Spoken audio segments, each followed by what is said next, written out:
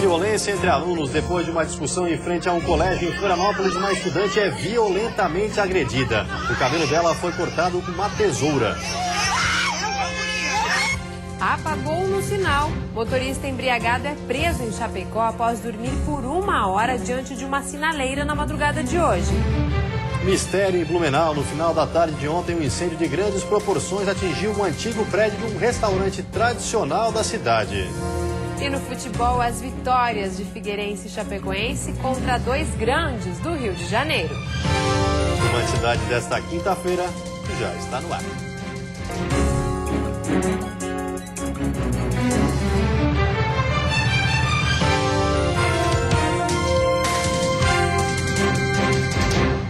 Olá, boa noite.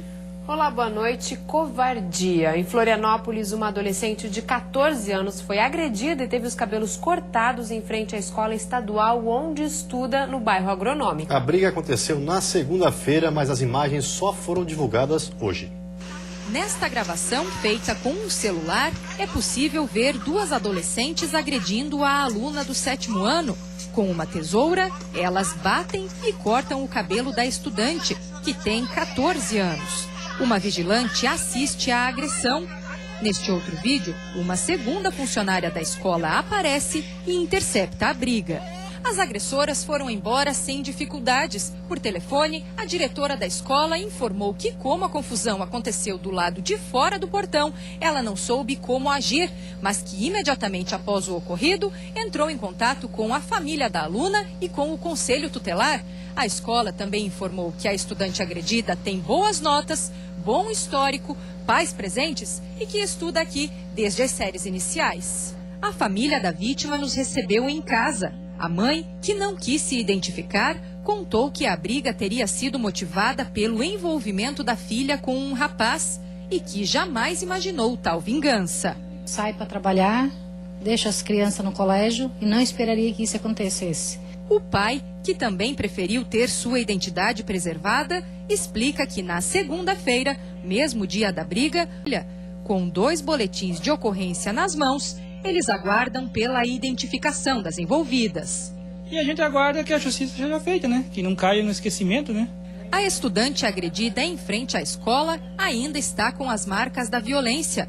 Um hematoma no olho, um corte no pescoço e os cabelos cortados. Com medo, ela não quis gravar entrevista e ainda não sabe quando vai voltar a frequentar as aulas. Uma cena inusitada e imprudente chamou a atenção de motoristas e pedestres na região central de Chapecó. Um condutor embriagado resolveu parar o carro e dormir. O problema é que ele escolheu o lugar errado para isso. Foi esta câmera que monitora 2 das mais movimentadas avenidas de Chapecó, no oeste do estado, que flagrou o motorista de 23 anos dormindo dentro do carro parado em frente ao semáforo. As imagens mostram o veículo estacionado no meio da avenida por quase 1 hora. Os outros veículos que passam pelo local precisam desviar. Os policiais tentaram acordar o condutor, primeiro batendo no vidro, depois com o auxílio de uma lanterna e, por fim, balançando o carro. Chegando no local, as guarnições identificaram que havia um masculino dentro do veículo, tentaram fazer abordagem, tentaram até por várias vezes e o masculino que estava dentro do veículo foi verificado que ele estava, dormindo a princípio. Quando ele se deu conta que os policiais estavam, ali em volta tentando a abordagem, ele ainda tentou arrancar o veículo para sair do local. O motorista foi preso e encaminhado aqui para a delegacia. Ele fez o teste do bafômetro que confirmou a embriaguez, com 0,73 miligramas de álcool por litro de sangue. Além de pagar fiança no valor de R$1.000, ele teve o carro e a carteira de habilitação apreendidos. E 2 menores suspeitos de assalto a um hotel em 13 Ilhas estão detidos. Eles têm várias passagens pela polícia. As buscas aos foragidos se concentraram nas proximidades dessa estrada que dá acesso ao interior de Erval do Oeste, onde o primeiro menor foi localizado e detido na madrugada. O segundo foi encontrado por volta das 9 horas da manhã. Ele estava deitado, gemendo de dor ali, né? Que ele a princípio está com um ferimento no braço. Ele foi baleado ali a princípio. Não sei que munição que foi utilizada, nada. Mas no braço ali, e daí ele tava gritando de dor ali, né? Os dois jovens chegaram por volta das 2 horas da manhã no hotel que fica em Três Itilhas. Armados, eles renderam e amarraram o recepcionista. A dupla ficou por cerca de 1 hora no estabelecimento, mas os hóspedes não perceberam a movimentação. Só depois que eles fugiram, o funcionário conseguiu chamar a polícia. O menor, detido na madrugada, foi trazido para a delegacia e será ouvido. O que foi baleado está no Hospital Universitário Santa Terezinha. O carro usado na fuga, a arma e cerca de R$ 2.200 do assalto foram apreendidos. São bem conhecidos da polícia, inclusive um deles tem 3 mandados de busca e apreensão em aberto, né, que vão ser cumpridos agora. Serão apreendidos, encaminhados à Promotoria de Justiça de Hervaldo Oeste, né, e caberá à promotora decidir a internação deles. E a seguir, projeto criado em Hervaldo Oeste pretende facilitar a regularização dos terrenos no município. E ainda a suspensão da licença ambiental carbonífera interrompe os trabalhos no sul do estado.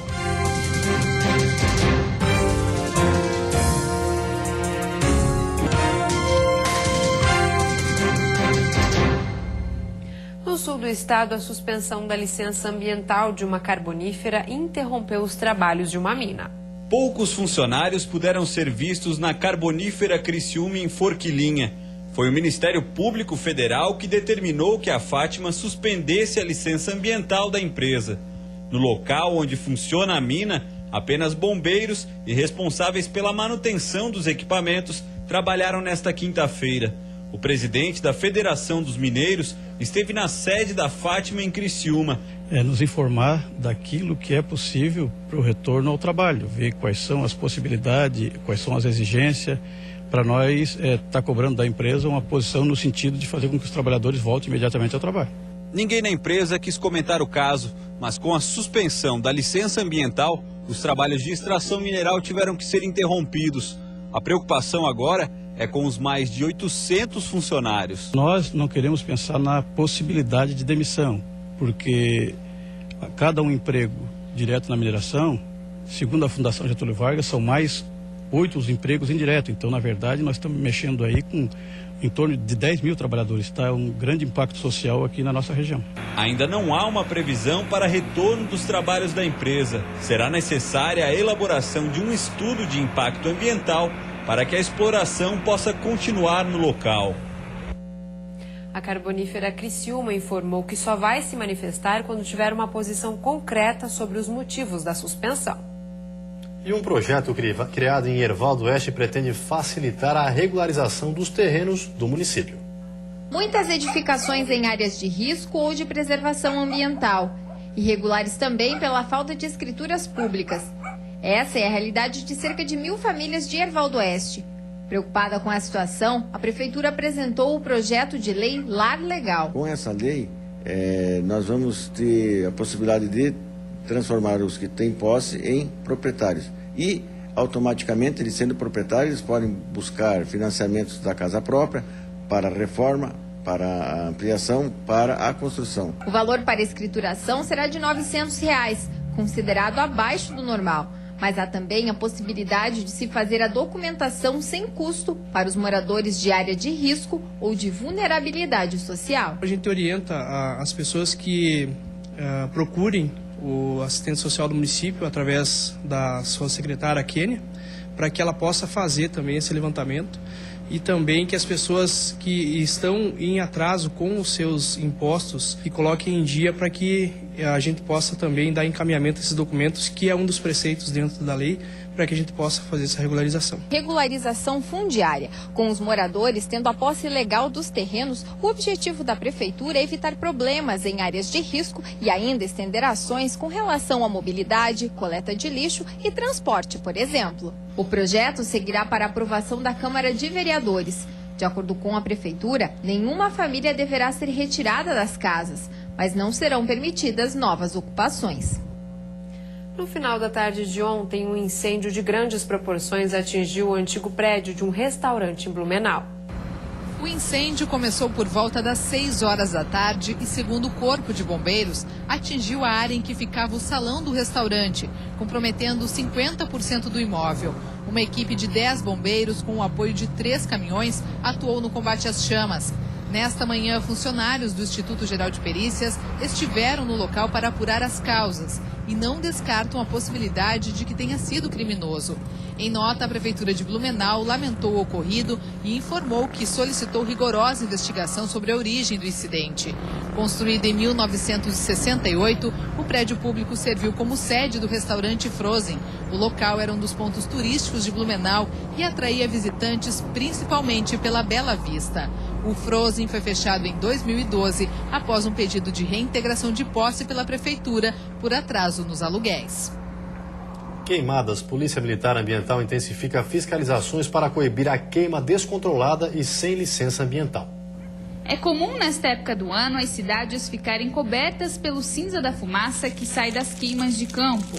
O período propício em que as queimadas ocorrem com bastante frequência em todo o estado é de agosto a setembro. A queimada é realizada por produtores para a renovação das pastagens. É uma atividade legalizada, mas que para ser realizada precisa de uma licença ambiental expedida pela Fátima, a Fundação do Meio Ambiente. Que o produtor também vai ter que contratar ou ter um técnico junto a ele para mostrar bem certinho como são feitos os aceiros, que são os distanciamentos para não se alastrar esse fogo. E é para tentar coibir as queimadas descontroladas e ilegais que a Polícia Militar Ambiental vem intensificando as fiscalizações na Serra Catarinense, onde o número de queimadas chega a ultrapassar 500 por ano. Vem equipe de fora, vem equipe para reforçar o policiamento aqui na nossa região, justamente para intensificar a fiscalização nessas áreas e verificar se o proprietário tem ou não autorização. Em fiscalização nesta quinta-feira, os policiais flagraram uma área sendo queimada de forma irregular.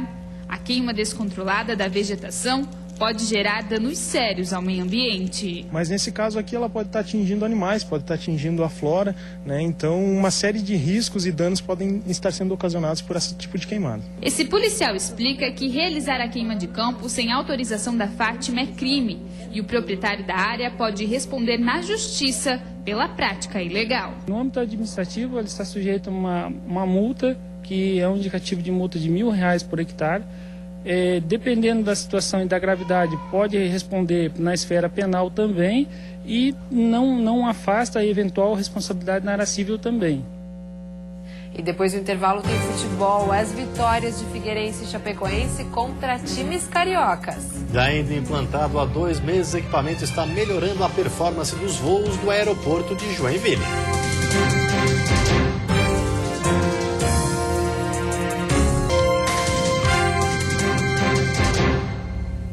No aeroporto de Joinville, um equipamento implantado há 2 meses está melhorando a performance dos voos. O aeroporto Lauro Carneiro de Loyola nunca esteve tão movimentado quanto nesse ano. Só no primeiro semestre, 230 mil passageiros passaram por aqui. Seu João Salles foi um deles. Ele vem a Joinville, em média, 3 vezes ao ano. Agora, com a quantidade, existem mais empresas operando e aumentou as frequências, a gente prefere realmente vir de avião pela velocidade.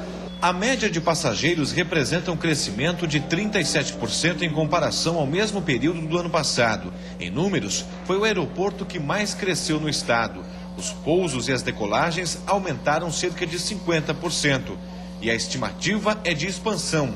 Tudo isso graças a esse equipamento, o ILS, que melhora as operações em dias de tempo ruim, como chuva ou nevoeiro. Homologado há 2 meses, o aparelho apresenta uma resposta acima da média esperada. Nós constatamos um ganho operacional acima de 68%. Inicialmente, na fase de pré-instalação do equipamento, a estimativa era que o ganho fosse em torno de 61%. Quando são analisadas apenas as operações, o aproveitamento do ILS é ainda maior, ultrapassa 90%. Das 11 aeronaves que se aproximaram do aeroporto de Joinville nesses 2 meses, em dias de adversidade climática, 10 conseguiram pousar normalmente. Com o aumento da confiabilidade dos passageiros, o aeroporto espera bater um novo recorde até o fim do ano. Nós acreditamos que, como consequência direta do equipamento, pela confiabilidade que ele vai trazer aos usuários do aeroporto. O aeroporto de Joinville, pela primeira vez no ano de 2014, atinge a marca de 500 mil passageiros. Para o próximo ano, a estimativa é dobrar essa média. A sexta-feira vai ter nevoeiro ao amanhecer, especialmente da serra ao litoral. No decorrer do período, sol com temperatura alta. A mínima deve ficar em 8 graus na serra e a máxima em 29 no sul do estado. No Planalto Norte, mínima de 10 e máxima de 23 graus. No litoral norte, Vale do Itajaí e também no oeste do estado, a máxima chega aos 27. E na Grande Florianópolis, mínima de 15 e máxima de 28 graus. Futebol, uma rodada quase 100% para o futebol catarinense na Série A do Campeonato Brasileiro. O Criciúma empatou em 0-0 com o Bahia em Salvador e acabou a rodada na 15ª posição. Mas jogando diante da torcida, Figueirense e Chapecoense superaram 2 times cariocas. Confira como foi. Falha na defesa do Fluminense. Fabinho de cabeça levanta para a pequena área. Camilo também de cabeça coloca para o fundo das redes. Festa na Arena Condá. O Verdão do Oeste ainda insistiu. O time carioca também tentou, mas o placar do jogo ficou assim. 1-0 para a Chapecoense, que terminou a rodada na 12ª posição com 19 pontos. Durante a metade da primeira etapa, fomos conversando e acertando. No intervalo, realmente pedi que o atleta tivesse um pouco mais de atenção, que não deixasse espaço para ter o contra-ataque, porque a equipe do Fluminense, do meio para frente, uma excelente equipe, jogadores rápidos, que fazem muitas trocas. Então nós tínhamos que ter atenção total e diminuir os espaços. Foi cumprido e graças a Deus a gente saiu do jogo com a vitória. No Orlando Scarpelli, o Figueirense levou 2 minutos para fazer o gol da vitória. Marcão cruzou da direita e Cleiton, que vem se destacando na equipe, chutou de primeira, sem condições de defesa para o goleiro Jefferson. No segundo tempo, o Botafogo teve várias chances, mas não conseguiu marcar. Com a vitória, o Figueirense saiu da zona do rebaixamento e subiu para a 14ª colocação com 17 pontos. É um jogo difícil, jogo duro. Poderia até o jogo hoje ter acabado com um placar um pouco mais tranquilo, de 2-0, 3-0, porque o Figueira foi o senhor do jogo, dominou a partida do começo ao fim. Então acho que o mais importante é que a equipe foi o Figueira foi ele mesmo. Foi o que está acontecendo nesses últimos jogos. De 12 pontos ganha 10. Então não tem muito o que falar, não tem muito o que explicar quando a gente ganha. E a seguir, implantada em Florianópolis, uma novidade que vai facilitar a vida de quem quer criar produtos, mas não tem espaço. E ainda Lages realiza mutirão para reconhecer nos registros a paternidade de crianças e adolescentes.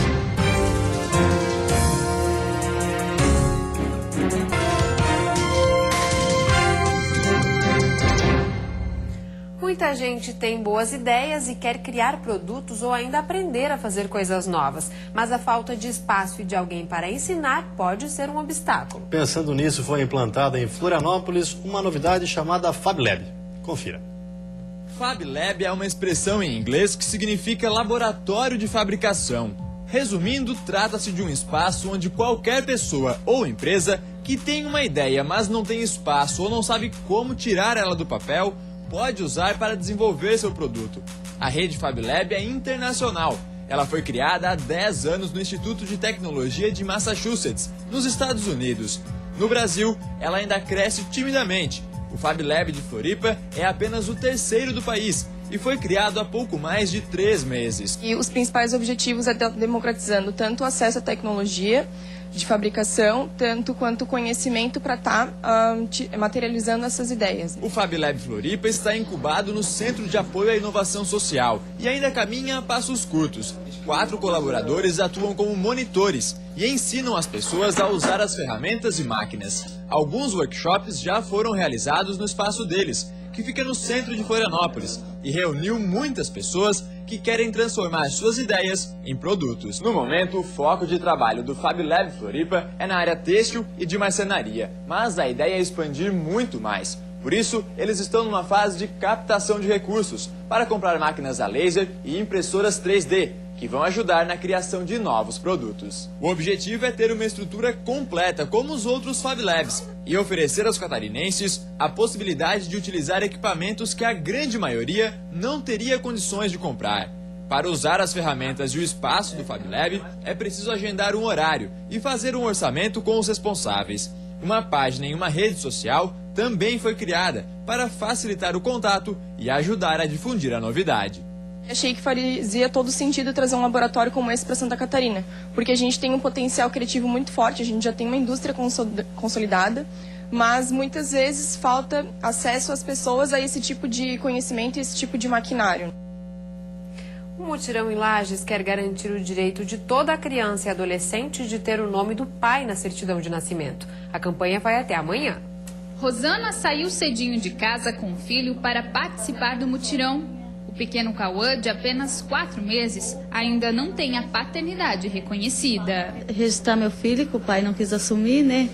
Tá morando comigo e não quis assumir, não falo por quê. É para resolver casos como o de Rosana que acontece em Lages o mutirão de reconhecimento de paternidade. O evento tem como objetivo atender e conciliar aqueles que desejam ter a paternidade reconhecida de forma amigável. Aqui, os filhos contam com todos os serviços necessários em um só lugar para que o processo aconteça. Reconhecimento espontâneo ou com necessidade de ajuizamento de alguma demanda, porque alguns pais querem reconhecer somente depois de realizar o exame de DNA. Acompanhado de um responsável, a criança ou adolescente que deseja saber ou requerer o reconhecimento paterno precisa trazer documentos de identificação como CPF e identidade, comprovante de residência e certidão de nascimento. Essa coordenadora do Instituto Paternidade Responsável explica que todo o atendimento é feito de forma gratuita. Além de oferecer ao filho a oportunidade de ter o nome do pai no documento, a expectativa é também possibilitar a aproximação entre eles. O Instituto Paternidade Responsável trabalha pelo direito da criança. Você não pede para nascer. Você precisa ter um pai e uma mãe para você ter vindo ao mundo.